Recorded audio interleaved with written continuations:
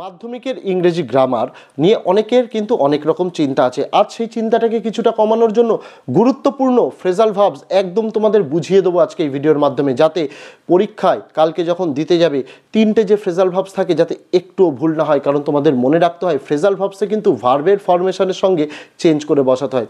গুরুত্বপূর্ণ phrasal verbs কোনগুলো, কীরকমভাবে ফ্রেজাল ভার্বগুলো আমাদের বসাতে হবে, আজ ভিডিওতে সম্পূর্ণটা তোমাদের ক্লিয়ার করে দেওয়া থাকবে। আর আজকে দুপুরবেলায় তোমাদের জন্য কিন্তু ইংরেজির প্রোজ, পোয়েম, আনসিন রাইটিংয়ের সাজেশান এনেছি। সেই ভিডিওটা দেখে না থাকলেও এই ভিডিওর ফার্স্ট কমেন্টে আমি লিঙ্কটা দিয়ে রাখলাম, পাশাপাশি ইংরেজির প্লেলিস্টের লিঙ্কটাও দিয়ে রাখলাম, যেখানে সকল গুরুত্বপূর্ণ রাইটিং, গ্রামার, প্রোজ, পোয়েম সমস্ত কিছু উত্তর সহ ফ্রি পিডিএফ দিয়েছি, সেগুলো সেখানে পেয়ে যাবে। সেগুলো দেখতে ভুলো না, এবং আগামী দিনগুলোতে আরও দেবো এইরকম অনেক প্রত্যেকটা বিষয়ের টিপস। তাই সেগুলো পেয়ে যাওয়ার জন্য যদি চ্যানেলটিকে এখনও সাবস্ক্রাইব না করা হয়ে থাকে তোমাদের কাছে অবশ্যই অনুরোধ রইল চ্যানেলটিকে সাবস্ক্রাইব করে দিয়ে পাশে থাকা বেল আইকনটাকে ক্লিক করে দেওয়ার জন্য, যাতে আগামী দিনে কোনো রকমের ভিডিও এবং আপডেট তোমাদের আর মিস না হয়। তো চলো শুরু করা যাক আজকের ভিডিওটি। ফ্রেজাল ভার্বস বলার আগে কিছু রুলের দিকে আসি। এই রুলগুলি কোনো বইয়ে লেখা নেই বা কোনো কিছুতে নেই। আমি যেভাবে নিজে ফ্রেজাল ভার্বসগুলি মনে রাখার চেষ্টা করি সেই উপায়েই আমি 4টি রুলস তৈরি করেছি। সেই রুলসগুলি তোমাদের সঙ্গে আজকে শেয়ার করব। যদি তোমাদের মনে হয় যে তোমাদের এই রুলসগুলি থেকে লাভবান হবে, অবশ্যই তোমরা দেখো, না হলে তোমরা স্কিপ করে তোমরা মেইনস কন্টেন্টে কিন্তু যেতে পারো। দেখো, ভার্বের যদি ফার্স্ট ফর্ম থাকে তাহলে ফ্রেজাল ভার্বও ফার্স্ট ফর্ম হবে। যেমন যদি তোমাদের রিফিউজের তলায় আন্ডারলাইন দেওয়া থাকে তাহলে সেক্ষেত্রে রিফিউজ অর্থাৎ প্রত্যাখ্যান করা, তার ফ্রেজাল ভার্ব কিন্তু হবে টার্নারে। একই রকমভাবে রুল 2-এ তোমাদের যদি ভার্বের সেকেন্ড ফর্ম থাকে, ভার্বের সেকেন্ড ফর্ম অর্থাৎ পাস্ট ইনডিফিনাইট টেন্স যদি সেটি থাকে তাহলে অর্থাৎ পাস্ট ইনডিফিনাইট টেন্সের আমরা অক্সিলারি ভার্ব কী জানি, ওয়াজ বা ওয়্যার, যদি সেটি থাকে তাহলে ফ্রেজাল ভার্বেও কিন্তু তোমাদের ভার্বের সেকেন্ড ফর্ম বসবে। যেমন একটা এক্সাম্পল স্বরূপ আমি তোমাদের বললাম, ওয়াজ এক্সিকিউটেড দেওয়া রয়েছে, এক্সিকিউটেডের তলায় আন্ডারলাইন, সেক্ষেত্রে ওয়াসের জায়গায় ওয়াসই বসবে। আর এক্সিকিউটেড যেহেতু ভার্বের সেকেন্ড ফর্ম, কী দেখে বুঝলাম না, এর অক্সিলারি ভার্ব দেখে বুঝলাম। দেখো, এক্সিকিউটেডের ভার্বের সেকেন্ড ফর্ম, ভার্বের থার্ড ফর্ম দুটিই কিন্তু সমান, কিন্তু আমরা অক্সিলারি ভার্ব দেখে আইডেন্টিফাই করলাম যে এটি সেকেন্ড ফর্ম না থার্ড ফর্ম। ওয়াজ বা ওয়্যার থাকলে তারপরে সবসময় কিন্তু ভার্বের সেকেন্ড ফর্মই বসে। তো সেক্ষেত্রে এখানে আমরা কি বসাবো, এক্সিকিউটেডের জায়গায় বসাবো ক্যারিড আউট।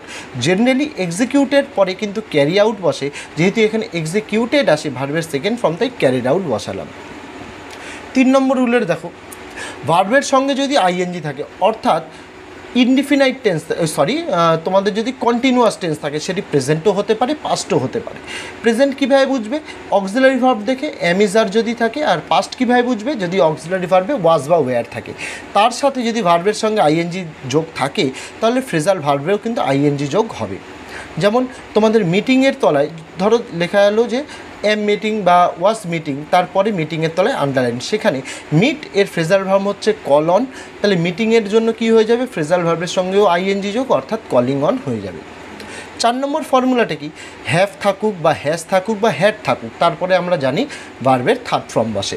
তো ভার্বের থার্ড ফর্ম বসলে ফ্রেজাল ভার্বেও কিন্তু তোমাদের থার্ড ফর্মই বসবে। যেমন ধরো হ্যাভ এক্সামাইন, দেখো এখানে যদি হ্যাভ এক্সামাইন না থেকে আমি 2 নম্বর ফর্মুলা যখন বলছিলাম সেখানে বলেছিলাম ওয়াজ এক্সিকিউটেড, এখানে যদি থাকতো ওয়াজ এক্সামাইন্ড, সেক্ষেত্রে কিন্তু এখানে ভার্বের সেকেন্ড ফর্ম বসতো, কিন্তু এখানে যেহেতু হ্যাভ আছে, হ্যাভের পরে ভার্বের থার্ড ফর্ম বসে, তার জন্য এখানে কিন্তু এক্সামাইন্ডের পরে তোমাদের বসাতে হবে গন থ্রু। যদি ওয়াজ এক্সামাইন্ড থাকতো তাহলে বসাতে হতো ওয়েন্ট থ্রু। তো এইভাবে কিন্তু তোমাদের ফরমেশনগুলি খেয়াল রাখতে হবে। আমি এই জন্য তোমাদের এই 4টে ফরম্যাট তৈরি করে দিলাম, কারণ এরপরে যে ফরম্যাট বা তোমাদের এই ফ্রেজাল ভার্বসগুলি বলবো 45টা, সেগুলি কিন্তু তোমাদের ফরম্যাট চেঞ্জ করে যেরকম দেওয়া থাকবে প্রশ্নে সেই অনুযায়ী তোমাদের কিন্তু উত্তর লিখতে হবে। তো আসা যাক, দেখো তোমাদের ফ্রেজাল ভার্বসের দিকে, যে ফ্রেজাল ভার্বসগুলি গুরুত্বপূর্ণ। ফার্স্টে হচ্ছে রিজেক্ট। রিজেক্ট মানে হচ্ছে প্রত্যাখ্যান করা, এর ফ্রেজাল ভার্ব হবে টার্ন ডাউন। যদি রিজেক্টের সঙ্গে এস যোগ থাকে, অর্থাৎ যদি রিজেক্টের আগে তোমাদের থার্ড পারসন থাকে, সিঙ্গুলার নাম্বার থাকে, তাহলে হবে রিজেক্টস। যেমন হি বা শি যদি থাকে, বা ইট যদি থাকে, বা দে থাকে, তাহলে রিজেক্টস হবে। রিজেক্টসের পরে তোমাদের কী লিখতে হবে, ফ্রেজাল ভার্বসটা টার্নের সঙ্গে একটা এস যোগ করে দিতে হবে, সিম্পলি টার্নস ডাউন হয়ে যাবে।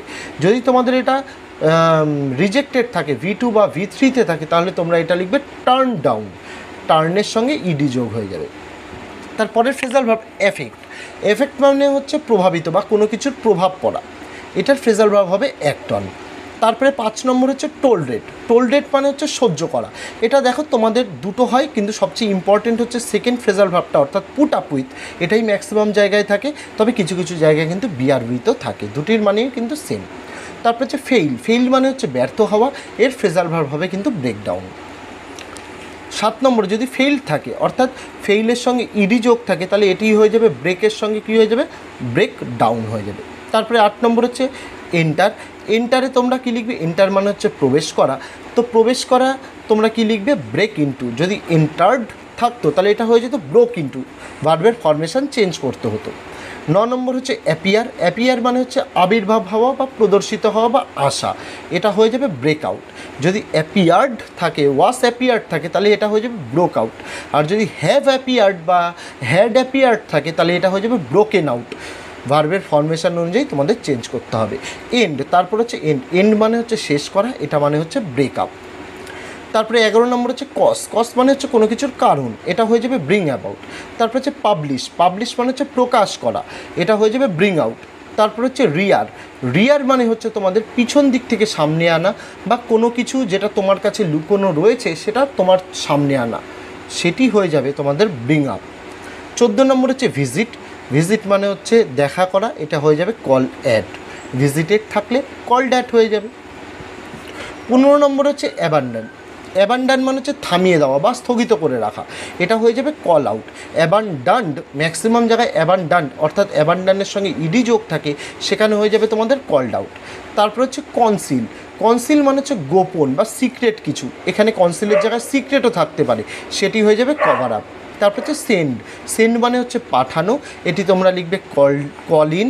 18তে হচ্ছে সেন্ট মানে সেন্ডেরই V2 এর ফর্ম, এটি হয়ে যাবে পাঠিয়েছিল, এটি হয়ে যাবে তোমাদের কলড ইন।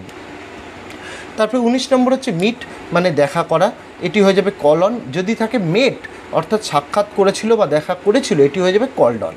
তারপর হচ্ছে রিমেম্বার মানে মনে করা, এটি হয়ে যাবে কল আপ। তারপরে কন্টিনিউ মানে চালিয়ে যাওয়া, এটা হয়ে যাবে ক্যারি অন। তারপরের ফ্রেজাল ভার্বটি দেখো 23 নম্বরে এক্সিকিউট। এক্সিকিউট মানে এক্সিকিউটের জায়গায় তোমাদের ফুলফিলও থাকতে পারে, এটার মানে হচ্ছে কার্যকর করা, এটির ফ্রেজাল ভার্ব হচ্ছে ক্যারি আউট। এক্সিকিউটেড থাকলে তাহলে হয়ে যাবে কিন্তু ক্যারিড আউট। তারপরে হচ্ছে 24 নম্বরে ফেল অথবা ফেল্ড। ফেল হচ্ছে ভার্বের ফার্স্ট ফর্ম, ফেল্ড ভার্বের সেকেন্ড ফর্ম এবং third form.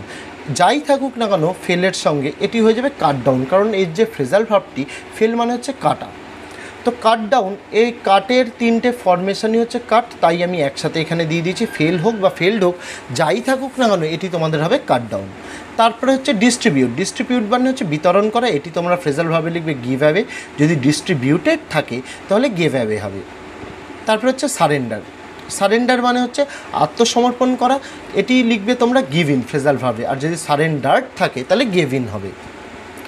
Next phrasal verb হচ্ছে লিভ মানে ছেড়ে চলে যাওয়া, এটি হয়ে যাবে গিভ আপ। আর যদি লেফট থাকে, লেফট হয়ে গেলে এটি হয়ে যাবে গিভ আপ। তারপরে ফ্রেজাল ভার্ব হচ্ছে হেট মানে ঘৃণা করা, এটি হয়ে যাবে লুক ডাউন আপন। দেখো হেটের সঙ্গে তোমাদের ডেসপাইসও থাকতে পারে, ডেসপাইস মানেও হচ্ছে ঘৃণা করা, এটির মানেও কিন্তু ফ্রেজাল ভার্বে হয়ে যাবে লুক ডাউন আপন। তারপরে পোস্টপোন অথবা পোস্টপোন, এটিরও কিন্তু সেম ভার্বের first form second form third ফর্মের ক্ষেত্রে ফ্রেজাল ভার্ব একটাই হবে, সেটি হচ্ছে পুট অফ। পোস্টপোন মানে হচ্ছে পিছিয়ে দেওয়া। 31 নম্বর হচ্ছে এক্সামাইন। এক্সামাইন হচ্ছে কোনো জিনিস নিখুঁতভাবে পরীক্ষা নিরীক্ষা করা, এটির মানে হয়ে যাবে কিন্তু গো থ্রু। এবার এটির ক্ষেত্রে দেখো যেটি তোমাদের ফর্মে মানে রুলসে আমি বলেছিলাম, যদি ওয়াস এক্সামাইন থাকে তাহলে এটি হয়ে যাবে ওয়েন্ট থ্রু, অর্থাৎ ওয়াস তারপরে ওয়েন্ট থ্রু। যদি হ্যাভ অথবা হ্যাজ বা হ্যাড এক্সামাইন থাকে তাহলে এটা হ্যাভ হ্যাজ বা হ্যাড এরপর এক্সামাইন্ডের জায়গায় বসবে কিন্তু গন থ্রু, কারণ হ্যাভ হ্যাজ হ্যাডের পর ভার্বের থার্ড ফর্ম বসে, আর ওয়াস বা ওয়ারের পর কিন্তু ভার্বের সেকেন্ড ফর্ম বসে। চলে যাব নেক্সট ফ্রেজাল ভার্ব আন্ডারস্ট্যান্ড মানে বোঝা, এটি হয়ে যাবে মেক আউট। যদি আন্ডারস্টুড থাকে বুঝেছিল, এটি হয়ে যাবে কিন্তু মেড আউট। তারপর হচ্ছে এক্সটিংগুইশ মানে হচ্ছে নেভানো, এটি হয়ে যাবে পুট অফ। তো এই ফ্রেজাল ভার্ব এক্সটিংগুইশ বা এক্সটিংগুইশড ইডিও যদি যোগ থাকে তাও কিন্তু পুট অফ হয়ে যাবে। পুটের 3টে ফর্মই পুট হবে, এমনকি কাটেরও 3টে ফর্মই কিন্তু কাট হবে। তারপরে 37 নম্বরে স্টার্ট অথবা স্টার্টেড। স্টার্ট মানে শুরু করা, আর স্টার্টেড মানে শুরু করেছিল, দুটোরই ফ্রেজাল ভার্ব একটাই হবে সেট ইন, কারণ সেটেরও ভার্বের 3টে ফর্ম হবে সেট। তারপরে 38 নম্বরে এস্টাবলিশ অথবা এস্টাবলিশড অর্থাৎ প্রতিষ্ঠিত হওয়া, প্রতিষ্ঠা করেছিল, এটির ফ্রেজাল ভার্ব হয়ে যাবে সেট আপ। তারপরে হচ্ছে রিজেম্বেল। রিজেম্বেল এই জায়গায় কিন্তু আরেকটি তোমাদের ভার্বের ফরমেশন থাকতে পারে, রিজেম্বেলের জায়গায় ম্যাচও থাকতে পারে, অর্থাৎ হচ্ছে মিল বা সদৃশ হওয়া। এর ফ্রেজাল ভার্ব হয়ে যাবে টেক আফটার। যদি এটি থাকে তোমাদের রিজেম্বেলস, ম্যাক্সিমাম জায়গায় রিজেম্বেলস থাকে, সেখানে তোমাদের লিখতে হবে টেক্স আফটার।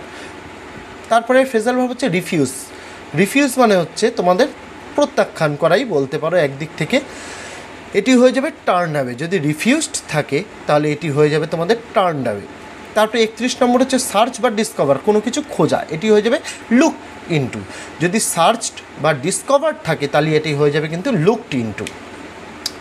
42 নম্বরে টু টেক কেয়ার, অর্থাৎ কোনো কিছুর যত্ন নেওয়া, এটির ফ্রেজাল ভার্ব হয়ে যাবে লুক আফটার। তারপরে 43 নম্বর হচ্ছে হোপ মানে আশা করা, এর ফ্রেজাল ভার্ব হয়ে যাবে কিন্তু লুক ফর। তারপরে 44 নম্বরে হচ্ছে এক্সামাইন। আবারও এক্সামাইন, আমি তোমাদের বলছি এর আগেও একবার এক্সামাইন পেয়েছিলে।